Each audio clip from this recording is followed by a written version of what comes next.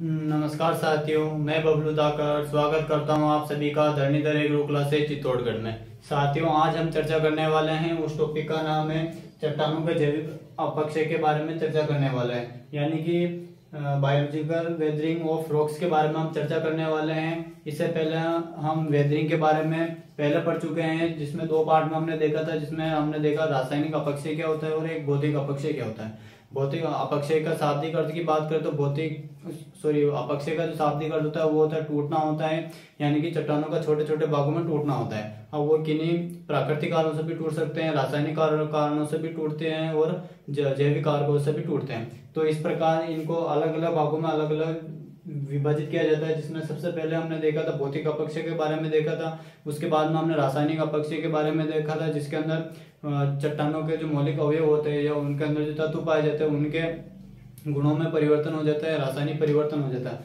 जिसे हम रासायनिक परिवर्तन कहते हैं, जिसके अंदर हमने 6 प्रमुख कारक देखे थे। उसके बाद हम देखते हैं नंबर 3 देखते हैं आज चट्टानों का जैविक अपक्षय, यानी कि जीवों के द्वारा किस प्रकार से चट्टानों का अपक्षय होता है उसके बारे में हम देखते हैं। तो जो जैविक अपक्षय होता है चट्टानों का, वो किसके द्वारा होता है? तो जीवों के द्वारा चट्टानों का क्या होता है? अपक्षय होता है। उसे हम क्या कहते हैं? चट्टानों का जैविक अपक्षय के नाम से उसको हम जानते हैं। अब वो जीव कौन कौन से होते हैं जिनके द्वारा चट्टानों का क्या होता है? अपक्षय होता है।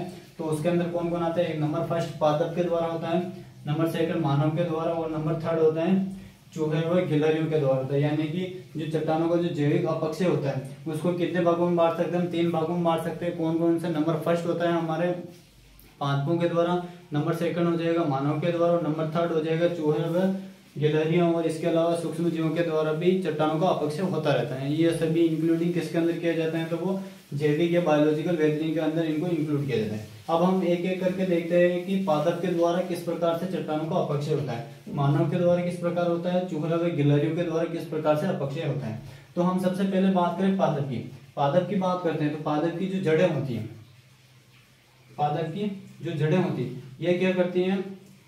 जो भी चट्टानें होती हैं, अल्टीमेटली जो पौधे होते हैं वो मृदा के अंदर ऊपर ग्रो होते हैं, और उनकी जड़ें क्या होती है? भूमि के अंदर गहराई में जाकर पोषक तत्वों का, जल का, इनका खनिज पोषक तत्वों का इनका क्या करते हैं? अवशोषण करने का काम कौन करते हैं? जड़ के द्वारा होता है। जब ये जड़ें क्या करती है? जब पोषक तत्व और जल का अवशोषण करती है तो ये चट्टानों में जो उपस्थित जो पोषक तत्व होते हैं उनका भी अवशोषण कर लेती है। वो लगातार यही क्रिया लगातार चलती रहती है, जिसके कारण क्या होता है? लंबे समय के बाद में जो चट्टान होती है वो कमजोर हो जाती है, और कमजोर होने के बाद में धीरे धीरे वो कमजोर होती जाती है, और एक समय ऐसा आता है कि वो धीरे धीरे टूट जाती है।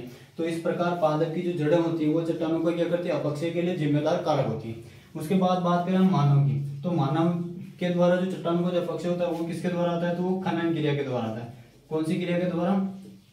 खनन क्रिया हो गए, या किसी भी निर्माण कार्य के दौरान, निर्माण कार्य के दौरान। खनन क्रिया की बात करें तो खनन क्रिया के लिए मानव क्या करता है? सबसे पहले खनन का कार्य करता है, यानी कि चट्टान उसको जो भी उसकी आवश्यकताओं की पूर्ति करने के लिए वो किसका रेत कंक्रीट इनके लिए वो क्या करता है? चट्टानों को इनका खनन का कार्य करता है, जिसके कारण क्या होता है? चट्टानें कमजोर हो जाती है और धीरे धीरे एक समय ऐसा आता है कि वो धीरे धीरे टूट जाती है। इसके अलावा बात करें निर्माण कार्य, जैसे हम बात करें रोड का निर्माण कार्य, भवनों के निर्माण कार्य, रेल निर्माण कार्य, इसमें हमें कई सारे रॉ मटेरियल की आवश्यकता होती है, और वो जो रॉ मटेरियल होता है वो हम किससे? चट्टानों से इनसे प्राप्त करते हैं। उसके लिए भी हमको क्या खनन कार्य की आवश्यकता होती है। तो इस प्रकार निर्माण कार्य भी मानव के द्वारा किया जाता है, और वो जो निर्माण कार्य के लिए जो कच्चा माल या रॉ मटेरियल की जो आवश्यकता होती है वो हम किससे प्राप्त करते हैं? तो हम चट्टानों से प्राप्त करते हैं। किससे प्राप्त करते हैं? चट्टानों से प्राप्त करते हैं। तो हम कह सकते हैं कि मानव भी चट्टानों के जो जैविक अपक्षय है उसके लिए एक जिम्मेदार कारक होता है।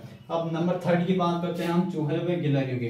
तो चूहे व गिलहरियां क्या करते हैं? तो ये ज्यादातर जंगली एवं खेत खलिहानों के अंदर पाए जाते हैं। ये क्या करते हैं? तो जमीन के अंदर बिल बना के रहते हैं, और बिल बना के रहते हैं तो ये धीरे धीरे उनको खोखला बना देते हैं। वो खोखला बनाने के बाद में चट्टानें क्या हो जाती है? धीरे धीरे कमजोर हो जाती है और वो टूट जाती है, और उनका टूट कर वो एक स्थान से दूसरे स्थान पर परिवर्तित हो जाती है। इसके अलावा और बात करें हम तो नंबर इस चूहे और गिलहरियों के द्वारा हो जाएगा। इसके अलावा और भी होते हैं, जैसे बात करें सूक्ष्म जीव भी क्या करते हैं? तो ये भी चट्टान का अपक्षय करते हैं। किस प्रकार करते हैं? क्योंकि जो अलग अलग जो मृदाएं होती है, अलग अलग जो चट्टान होती है या उनकी जो नेचर होता है उसके बेस पर सूक्ष्म जीव भी उनके ऊपर पाए जाते हैं। अगर हम बात करें सूक्ष्म जीव की तो जो कवक होता है, कवक की बात करें, जो कवक होता है वो कवक कहाँ सबसे ज्यादा जो वृद्धि करता है, सबसे ज्यादा वृद्धि वो अम्लीय जो चट्टान होती है, या हम कह सकते हैं जहाँ पर पानी की मात्रा बहुत ज्यादा होती है, या पर्वतीय क्षेत्रों में करते हैं जहाँ पर पेड़ पौधे वनस्पति बहुत ज्यादा होती है, वहां पर कवक की वृद्धि सबसे ज्यादा होती है। तो ये क्या करते हैं, पेड़ों के साथ में पाए जाते हैं, या फिर मृदा के अंदर या चट्टानों की ऊपरी परत होती है वहां पर पाए जाते हैं, और वहां से क्या करते हैं, खनिज पोषक तत्वों का अवशोषण करते हैं, और धीरे धीरे ये क्या करते हैं, चट्टानों को कमजोर बना देते हैं और चट्टानें टूट जाती हैं। इसी प्रकार जो अम्लीय प्रकृति को हो गई, इसी प्रकार जो क्षारीय प्रकृति के जो सूक्ष्म जीव होते हैं वो भी उनसे पोषक तत्वों का अवशोषण करते हैं, और वो धीरे धीरे चट्टानों को कमजोर बना देते हैं। इस प्रकार से चट्टानें कमजोर हो जाती है और धीरे धीरे आगे जाकर वो टूटने लगती है। तो इस प्रकार जो हमारा जो जैविक अपक्षय होता है चट्टानों का, वो चैप्टर कंप्लीट होता है। इसमें हमने देखा जैविक चट्टानों का जैविक अपक्षय किस प्रकार होता है, जिसमें जीवों के द्वारा चट्टान का क्या होता है, अपक्षय होता है, उसे हम क्या कहते हैं, जैविक अपक्षय के नाम से इसको हम जानते हैं। उम्मीद आप सभी को ये अच्छे से समझ में आ गया होगा। इससे पहले हमने जो चट्टानों का अपक्षय था उसमें भौतिक और रासायनिक अपक्षय दोनों को एक सेशन में देखा था। एक छोटा सा टॉपिक ये छूट गया था अपक्षय के बारे में, जिसको आज हमने कवर किया। इसके बाद नेक्स्ट क्लास में हम विस्तार से देखेंगे कि जो चट्टानों का अपक्षय होने के बाद में जो पदार्थ बच जाते हैं, जिसको हम रिगोलित कहते हैं, असंगठित पैतृक पदार्थ कहते हैं, वो असंगठित पैतृक पदार्थ को ले जाने वाले कारक कौन कौन से होते हैं, उनके बारे में हम विस्तार से चर्चा करेंगे। उम्मीद आप सभी को सेशन समझ में आया होगा। मिलते हैं नेक्स्ट क्लास में, तब तक के लिए जय हिंद जय भारत।